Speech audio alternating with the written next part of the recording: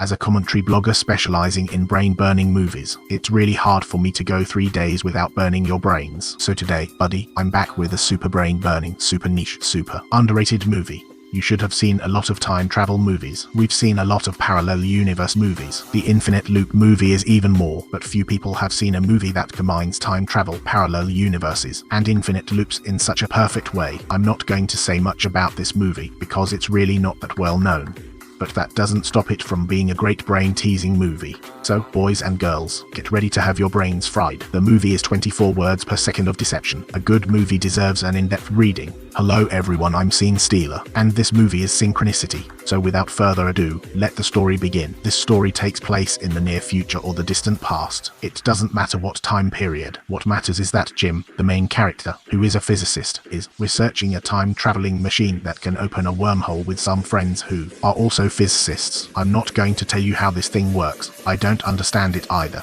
All we need to know is that every time this thing operates, it consumes a fuel called MRD. This fuel is extremely rare. A small piece of it costs millions of dollars, so a physicist like Jim can't afford it. So how do we do this research? As the owner of the only company in the world that can produce MRD, Klaus is the sole sponsor of this project. On this day, in order to show Klaus the results of his research, Jim invited him to the experiment site. Pay attention to the woman beside Klaus. It's very important. Jim's side has everything in place to open a wormhole today, but for real-time travel, we need to open another wormhole. It's like making a phone call. You need someone to pick up the phone, or if you want to answer the phone, someone has to call you. In short, you need to open 2 wormholes in order to travel in time and space. But as we've just explained, you need an MRD to open each wormhole. It's too expensive, so Jim has to do something to get Klaus to keep sponsoring it. That's why he invited Klaus to the experiment site. The result was no surprise that there must be an accident. Although the whole process has been simulated thousands of times, but when it came time to start the experiment, they were still nervous. Especially Matty. As a physicist, he can't tell left from right. There's a 50% chance that he'll get it wrong every time, but this time he's right. Just after the machine started up, Jim saw a figure running out of the room. Then suddenly he faints, and when he wakes up again, Klaus is gone. Chuck says that somehow the stabilizer on the machine exploded, and it looks like it was sabotaged. He suspects that maybe it was a visitor from the future. Maybe their invention caused an apocalypse in the future. So someone traveled back to stop them. Jim thinks it's possible, and that's when Matty discovers something that doesn't belong here. Note that something that doesn't belong here means that it's probably just travel. Here.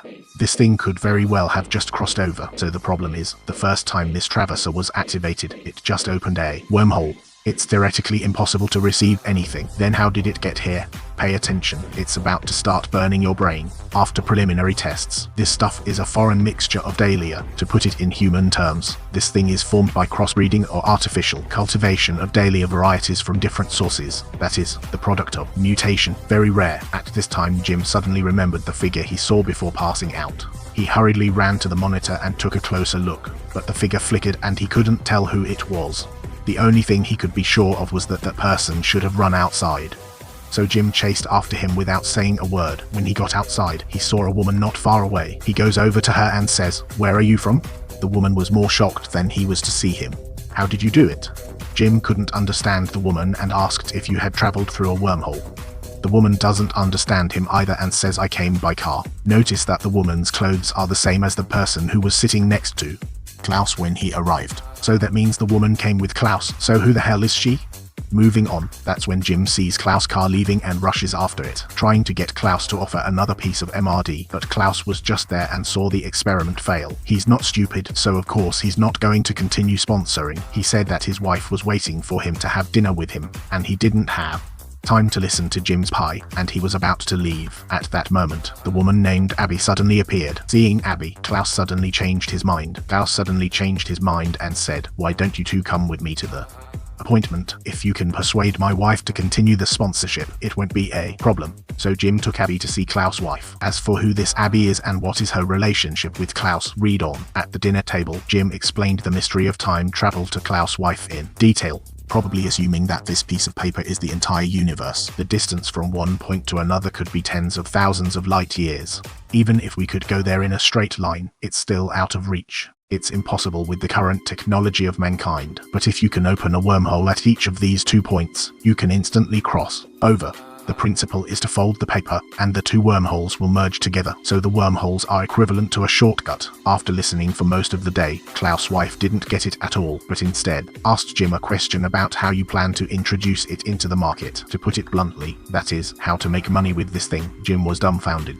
For a moment, he was so focused on his research that he never thought about the problem of making money. At this time, Abby suddenly helped Jim. She told Klaus' wife the story of Edison and Tesla, probably the situation we all know. Edison is the electric power pioneer, invented countless inventions in his life, made great contributions to the development of electric power, but few people know that Tesla, an inventor contemporary of Edison at the time, was committed to making safe and free electricity available to all mankind. Tesla was denigrated and framed by Edison, and his reputation was destroyed, so much so that we now have to pay a fee to use electricity, and Abby's purpose in telling this story was to make Klaus' wife realize that Jim was the equivalent of Tesla. Jim was the equivalent of Tesla, and that what they did was something that would make the world a better place. No amount of money can buy that, so that's how Klaus' wife was convinced. Klaus gave Jim a week to complete the time travel. Jim was overjoyed to be sponsored again. He went up to Abby and gave her a bite, then went back home with her. Here Jim saw a dahlia plant that looked exactly like the one that had suddenly appeared in his lab. He asks Abby where it came from, but Abby doesn't answer. She wants to take things further with him.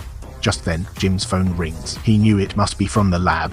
He forced himself to interrupt the process and answered the phone. The person on the other end was Chuck, who asked Jim what he was doing. Jim couldn't say what he was doing. Jim said he was talking to you. Chuck also asked what time it is now, accurate to the second. Jim said, "What time is it?" Then Chuck asked where we met. Jim said 10 years ago in a bar. What's wrong with that? Chuck said, "So we've known each other a long time. Do we trust each other?" Jim said, "Sure." Then Chuck said, "Stay away from that girl. She's not for you. Don't tell her about our experiment. We're in big trouble." He hung up. So we can deduce from this call, Chuck on the phone seems to be confirming Jim's identity, and he knew who Jim was with. So how does he know all this? Then look at hanging up the phone. Jim ditched Abby and killed the lab right then and there.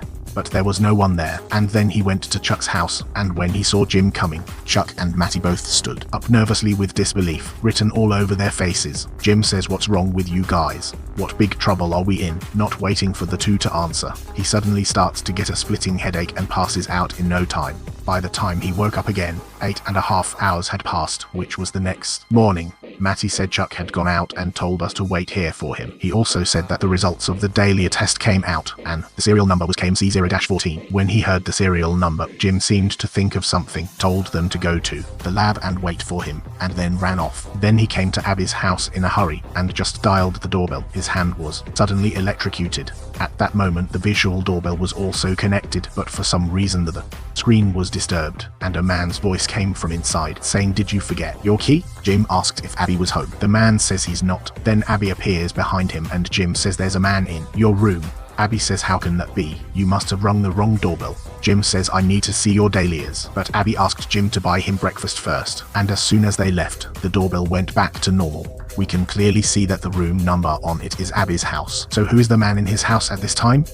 Then it seems that when we get to the breakfast place, Jim asks, "How did you get that dahlia? It's extremely rare." Abby said with a ghostly smile that it was given to her by a man who could satisfy her in every way. Between eating and chatting, Jim said something to Abby about the experiment, but just a little bit, nothing serious. It's worth noting here that Abby wrote down everything Jim said on her backpad. After dinner, the two went back to Abby's house and did some adult things. And then Jim snuck off with the dahlias, and he had just gotten downstairs when his head started to hurt violently again.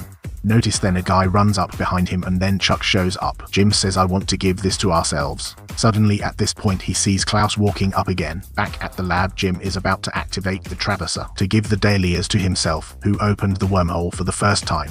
But alas, this one they failed, and during the time it took to fix the machine, during the time he's working on the machine, Jim starts having frequent rendezvous with Abby. It's worth noting here that Abby gives Jim a lighter. On the other hand, Klaus, of course, wasn't so nice about it. Of course he knows that what Tesla did could change the world, but he still wants to be Edison.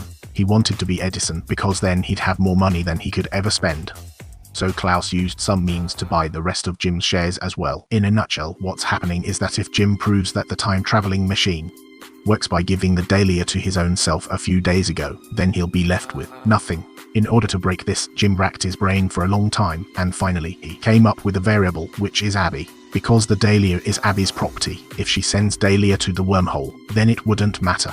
He'd still get to keep half of his shares. So Jim went to Abby and returned the Dahlias to her, and he says to her, in 2 days, I'm going to start the Traverser, and you're going to have to decide to do something about it. Meaning, he wants Abby to put the Dahlias in the wormhole. Notice the look on Abby's face at this point. Very uncomfortable. So why is she uncomfortable? Read on. Unluckily, Abby comes with Klaus 2 days later. After the traversing machine was activated, Jim saw the results of his experiment going down the drain. He could only take the Dahlia and rush into the wormhole by himself. Fortunately, his experiment was successful and he managed to travel to 5 days ago when they first opened the wormhole. So that means that the figure Jim sees at the beginning of the movie when he first opens the wormhole is himself, and the Dahlia orange is also delivered by himself. After traveling through, Jim runs out, followed by Klaus huffing and puffing. Jim then sees Abby being whisked out by Klaus, and then he walks over and lights Abby a cigarette and gives Abby back her lighter. Remember this lighter? It's the one Abby gave him earlier, but at this point, Abby obviously doesn't recognize the lighter, nor does she recognize Jim. So whose lighter is it? I can't figure it out. Then Jim said to Abby that what you and Klaus are doing is wrong and I have to stop it. Here's where Abby's purpose needs to be introduced. She is actually the mistress that Klaus is keeping in order to steal Jim's experiments. Klaus set up a trap to get Abby close to Jim. Then Jim said, I admit I'm obsessed with you, but I'm going to stop it. Suddenly Jim's head hurts again and he hides away. Then the other Jim found Abby. Apparently this Jim was opening the wormhole for the first time. The Jim who just woke up after fainting came to be called Jim No. 2 for the sake of distinction.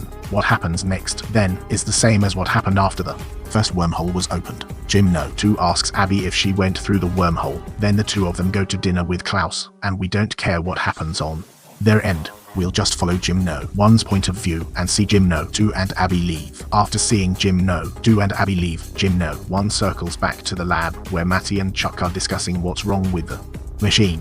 When they saw Jim No. 2 coming, Chuck said, "Didn't you go to dinner with Klaus?" Jim then explains to them what just happened, which leads to Chuck calling Jim No. 2 and telling him to stay away from Abby, not to mention not to tell her about the experiment. Then the 3 of them start talking about what to do next, and Jim No. 1 thinks he's being lied to. The Traverser must never fall into Klaus' hands and they must fight back. But Chuck and Matty argue that if Jim No. 1 is traveling back, then he's part of the experiment, so they need to study him first. Jim, of course, doesn't agree and gets up to go to the restroom, and just then Jim No. 2 bursts in. He hangs up the phone and starts looking for the 2, just like it happened the first time. After entering the room, Jim No. 2 suddenly fainted. Then you should have noticed that every time Jim gets a headache, it's because there's a crossover in the neighborhood that causes it. The closer the 2 are, the worse the headaches get. While Chuck and Matty were discussing what to do, Jim No. 1 had jumped out the window and ran away. He runs out and goes straight to Abby's house where he sees Abby's diary full of secrets about his experiments. But Jim No. 1 remembers very clearly that he never told Abby that much, so how did Abby know? Then he sees Jim coming back and Abby wants to do some adult things. Jim No. 1 says, "Don't do that, I have a plan." But as we say, a hero can't be a hero, so who can handle this? So the next morning, Jim No. 1 wakes up and realizes Abby is gone, and then he hears the doorbell ring. Then he hears the doorbell ringing. No wonder the person ringing the doorbell is Jim No. 2, who just woke up after being in a coma for 8.5 hours. Everything then lines up and in no time Abby comes back and asks Jim No. 2 to buy her breakfast, just as it happened the first time. And Jim No. 1 on the other side seems to figure something out and follows the 2 to the breakfast place. Because of his arrival, Jim No. 2 starts to have a headache again, and just as Abby is taking care of Jim No. 1 realizes that the backs of the coasters on the dining room table are covered in notes taken by Abby, so that means he's crossed over more than once, and each time he said something different, and it's being recorded by Abby. That's why there would be so many secrets about his experiments in Abby's notebook. Knowing this secret, Jim No. 1 gets a room in the hotel across the street from Abby's house and starts watching Abby and Jim No. until the next morning when Chuck finds him. Jim No. 1 decides to go to Abby in order to change his past and get Abby back. Meanwhile, on the other side, Jim No. 2 wakes up and takes the Dahlia, and just after leaving Abby's house, he starts to have a headache again. Because Jim No. 1 ran up behind him. Then Chuck finds him, and it all lines up again. On the other hand, Jim No. 1 comes back to Abby, who doesn't realize that Jim is a different person. Suddenly Klaus rings the doorbell and Jim tells Abby to answer it so he can hear what the 2 of them have to say. Abby then went straight to Klaus and told him that Jim was at her house. She then proceeded to tell Jim all about who she was and what she was doing near Jim, but Jim still doesn't understand why Abby would go through all the trouble of stealing the secrets of his experiments when she's torn up with Klaus. Said also Abby collection of coasters to find out. Abby said you want to know, look at this will know. Jim no. One carefully read a good half day, only to figure out the truth of the whole thing. It turns out that Abby is close to Jim in order to write a science fiction novel. The hero in the novel is Jim and the heroine is himself, but this novel doesn't have an ending yet, because in reality, they don't have an ending yet. Knowing the truth, Jim no. One suddenly coughs and looks very bad, and there's really no other way. Abby can only turn to Chuck for help. At the same time, Chuck's side of the dahlia plant that was sent to also began to wither. Chuck knew that the dahlia's symptoms should be the same as Jim no. one's, so he took the dahlia to Abby's house. Not long after, Jim no. 2 took another dahlia plant and also went to Abby's house. Jim no. 2 is the same Jim no. 1 who thought everything through and wanted to travel back to stop everything. Then there is Jim no. 2 who finds Abby, gives her the dahlia and says he wants to travel back, but the problem is that there's another Jim in the house at this point, and Abby is completely baffled. She can't tell which one is the real Jim anymore, so she goes back and throws Jim no. 1 and Chuck out, and at this point Jim's looking like he's going to die. In order to save Jim, Chuck finds Matty and gives Jim a shot of enhanced adrenaline. The stuff will keep Jim alive for another 48 hours, so they have to find a solution in 48 hours. Next thing you know, the 3 of them are discussing what to do.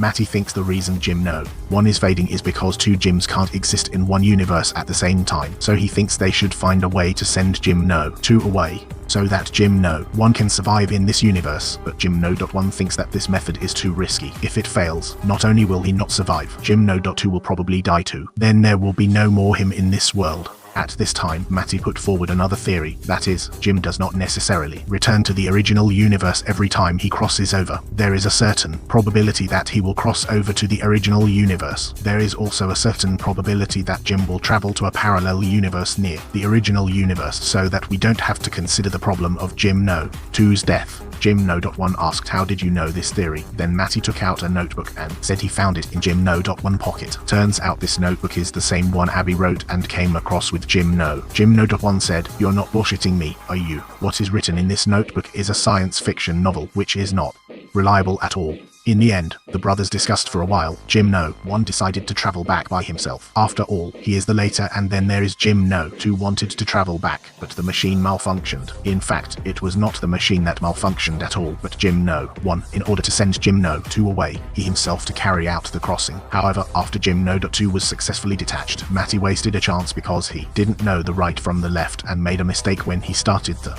traversing machine. Now it's over. The MRD is consumed. Jim and Klaus fall out again, and they can't get the second MRD anymore. But if you remember the earlier episode, you'll see that Jim still activated the traversal machine 2 days later and made the traversal himself. So what's going on here? Well, it turns out that Abby approached Jim no. 1 that night and said that she could take care of the MRD, which brings us to the episode where the second time she activates the traversal machine she visits with Klaus, and Jim really has no choice but to take Dahlia into the wormhole himself. On the other hand, Jim no. 1, after separating from Abby, takes a car alone to a hotel where he intends to wait out his death and forget about it. However, when he opened the room, the receptionist told him that he had already opened a room. Jim no. 1 lied and asked for a room card to this room, but found that there was a recently dead himself lying on the bed. For a moment it suddenly dawned on him that the explanation in Abby's novel was right. Each time he traveled he went to a different universe, and all the other universes he traveled in also traveled and went to different universes. This means that there are countless possibilities for each of his crossovers, and the difference between them may be minuscule. But he can never go back to the original universe. Jim no. 1 knows he cannot change anything anyway, so he returns to the hotel across the street from Abby's house to see Abby one last time. But who would have thought that at this time Abby is fighting for him to get the second MRD, and has just done the completionist thing with Klaus. Seeing this scene, Jim no. 1 was grief-stricken and lay dying on the bed. Not long after Abby finds him, and Jim no. 1 returns Abby's notebook to her, seemingly asking her to continue to finish what's behind her. Then it's on to the episode where Jim no. 2 opens the wormhole for the second time. Seeing that Abby and Klaus have come together, Jim no. 2 knows that something bad is going to happen and is ready to rush into the wormhole himself at the last minute. But here's a detail. Right when Abby hands Jim the Dahlia, she also sneaks her notes into Jim's pocket and tells him that everything had to happen, but by the end, you'll see the difference. Then Jim No-do traveled back 5 days to one of the countless parallel universes, but this time the difference is that he left the lab and found the notes in his pocket and learned all the truth from them. And on the other hand, after Jim No-do traveled away, Abby rushed back to the hotel, but by then Jim No-1 was long out of breath. However, he knew that in the countless parallel universes, there would be a Jim who could be in love with her. Then finally, we'll see what happened to Jim No. Didn't he know the truth after crossing over, so instead of following the original plan, he found Abby a few days later and had a whole new development with her. Abby obviously doesn't know Jim at this point, but she says that Jim looks like a physicist who supposedly invented the time-traveling machine, but not long ago, his lab exploded and everyone was killed. Jim said that coincidentally, I also invented the time-traveling machine, and my story is much more exciting than his. This is the end of the whole article. I believe that some friends have seen this. Completely baffled. What's going on here? Don't worry, you listen to me till you run through, you understand. To be frank, this story is actually quite simple. Simply put, Jim No-1 traveled back in time 5 days ago. He realized that if he didn't solve the Jim No-2 in this universe, then he himself would die. So he joins forces with Chuck, Matty and Abby to trick Jim No-2 into entering a time-traveling machine and leaving. Jim No-2 was tricked by Chuck, Matty and Abby into entering a time travel machine and leaving the universe. Then Jim No-2 traveled over and found the same problem and started to trick Jim No-3 as well. And so it goes. Jim No-2 tricks Jim No-3 and Jim No-3 tricks Jim No after cheating and cheating all the time. And I don't know how many times the cycle went on. Jim No.N finally saw the notes Abby left him, knowing how to break the game, so this Jim No.N simply blew up the lab, taking out Jim No.N+1. That leaves him alone in this universe. There won't be another Jim with the lab blown up, so he starts a happy new life with Abby, and that's how the whole movie comes together. In fact, this movie is made quite rigorous. A lot of small details and small ambush handling are very spot on. The reason why I can't understand the movie is that there are too many loops, and it's very hard to understand them. Many plots have to be watched many times to understand. Of course, about where the head of the story, we do not need to be entangled. This kind of story is the same as the former horror cruise ship, are the kind of first and last connected, cannot find the head kind. If I have to find the head, I can only say that the head comes from the paradox. Both exist and do not exist, both cause and effect. Well, it's time to say goodbye again. I'm Scene Stealer. Let me end this video with a quote from Heraclitus. No man ever steps in the same river twice, for it's not the same river and he's not the same man.